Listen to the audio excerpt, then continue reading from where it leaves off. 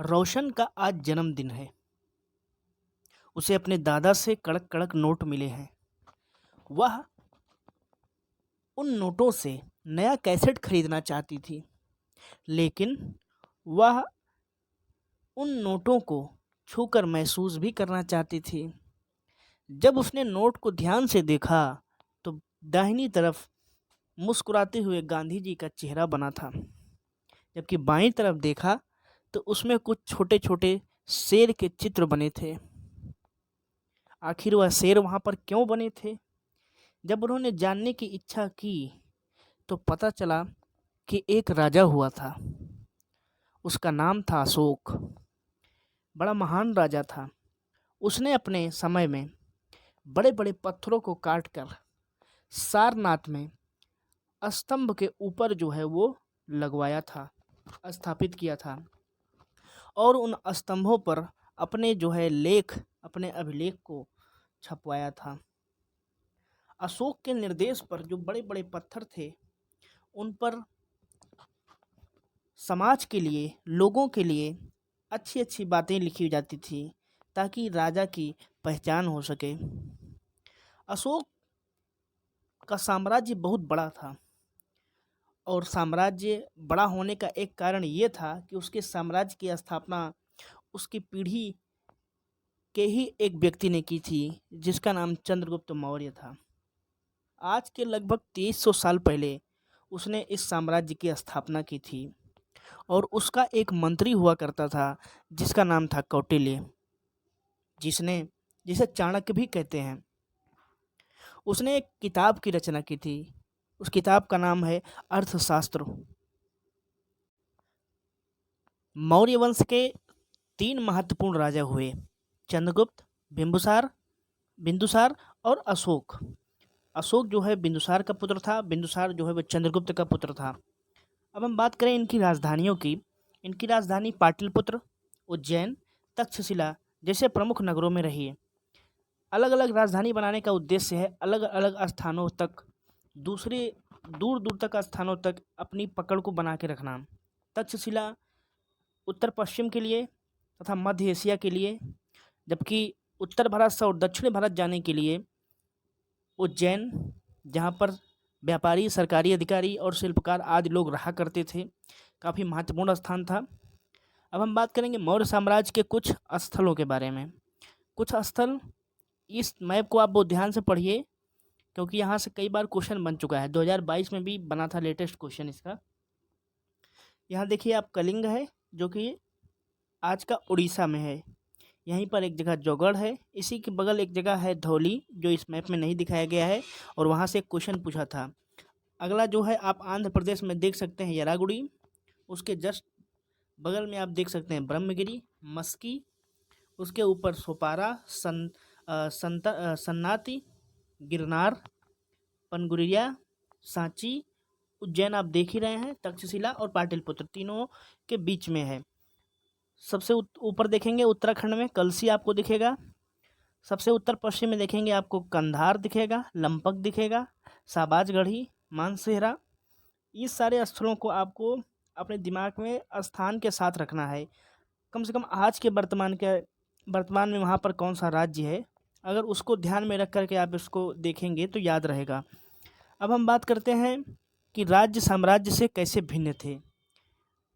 साम्राज्य जो है वो एक बड़ी अवधारणा है।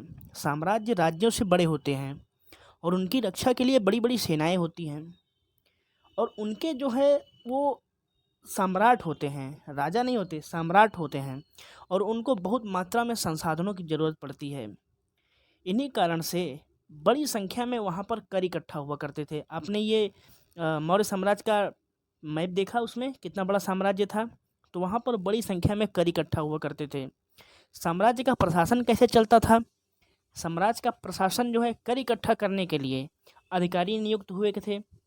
सज़ा भी दी जाती थी। राजा के आदेशों के खिलाफ अगर कोई उल्लंघन होता था तो सज़ा दी जाती थी, और उन लोगों को, अधिकारी जो थे, उनको नियमित वेतन दिया जाता था। संदेशवाहक हुआ करते थे, दूत हुआ करते थे, और मंत्री भी हुआ करते थे। मौर्य साम्राज्य के भीतर कई छोटे छोटे प्रांत कई छोटे छोटे क्षेत्र हुआ करते थे। इन पर तक्षशिला या उज्जैन जैसे प्रांतीय राजधानियों का शासन हुआ करता था। अक्सर जो राजा के बच्चे होते थे जिन्हें राजकुमार कहते हैं, वो वहाँ के गवर्नर बनाए जाते थे, राज्यपाल बनाकर भेजा जाता था, जिससे ये माना जाता था कि राजा का प्रतिनिधित्व सीधा प्रतिनिधित्व वो करेंगे।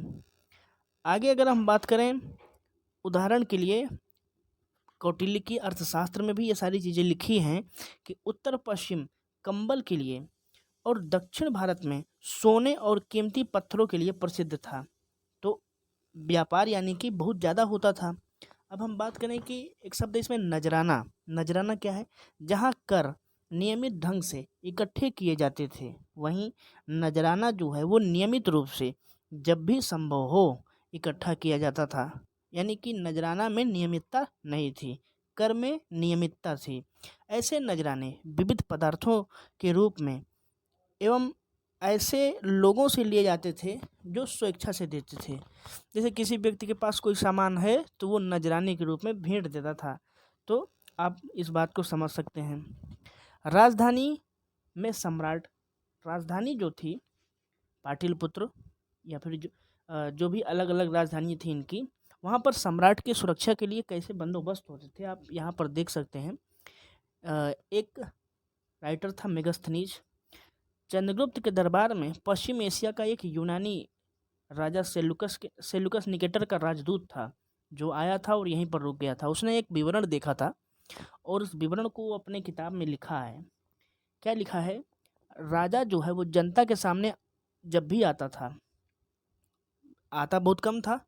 जब भी शोभा यात्रा, जब भी कोई बड़ा चीज़ होता था तब उसमें आता था। तो उसके लिए जो है वो सोने की पालकी लाया जाती थी। तो सोने की पालकी में बैठ के आता था। अंगरक्षक जो होते थे वो सोने और चांदी के से अलंकृत हथियारों पर सवार रहते थे, सॉरी हाथियों पर। कुछ अंगरक्षक पेड़ों को लेकर चलते थे और कुछ जो है प्राकृतिक जो चीज़ें थी जैसे तोता है और जो चीज़ें हैं पेड़ हो गया, इन सब चीज़ों को लेकर चलते थे।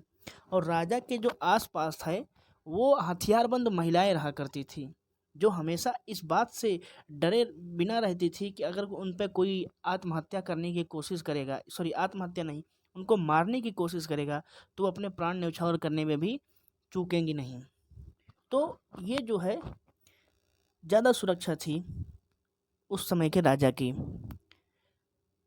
570 बुर्ज और 64 द्वार हुआ करते थे। लगभग 2-3 मंजिल वाले घर हुआ करते थे। लकड़ी से बनते थे, ईंट से बनते थे। राजा का महल जो है वो काठ से बना था, पत्थर की नक्काशी से अलंकृत था। तो ये जो है वो सुरक्षा है जो मेगस्थनीज अपनी किताब में लिखता है। अब हम बात करेंगे अशोक। चूँकि बात हो रही है अशोक की, अशोक एक अनोखा सम्राट था। कैसे था हम आप देखते हैं इसमें। मौर्य वंश के सबसे प्रसिद्ध शासक के रूप में अशोक हुआ। ठीक है, उसने अपने शासन में बहुत से अभिलेख लिखवाए। अभिलेख जनता को बात को समझाने के लिए। ठीक है, और वो जो अभिलेख लिखे गए वो प्राकृत भाषा देवनागरी लिपि यानी कि साधारण लिपि में लिखे गए, जो वहाँ की जनता को समझ में आते थे। दूसरा, और भी कई सारी चीज़ें हुई। अब हम बात करेंगे कलिंग युद्ध के वर्णन की। अशोक अशोक का जो एक बड़ा अभियान था कलिंग, तो जब अशोक जो है राजा बना उसके 8 वर्ष बाद कलिंग के लिए उसने आक्रमण किया। वहाँ पर लगभग 1.5 लाख लोग की बंदी बना लिए गए और लगभग 1 लाख से ज़्यादा लोग मरे। इस दृश्य को देखकर उसके मन में थोड़ा दुख हुआ, बहुत दुख हुआ। इसमें लिखा अपार दुख हुआ। जब किसी स्वतंत्र देश को जीता जाता है तो लाखों लोग मारे जाते हैं और बहुत सारे बंदी बनाए जाते हैं। इसमें ब्राह्मण भी होते हैं, श्रमण भी होते हैं और बहुत से ऐसे योग्य लोग मारे जाते हैं जो कि नहीं होना चाहिए।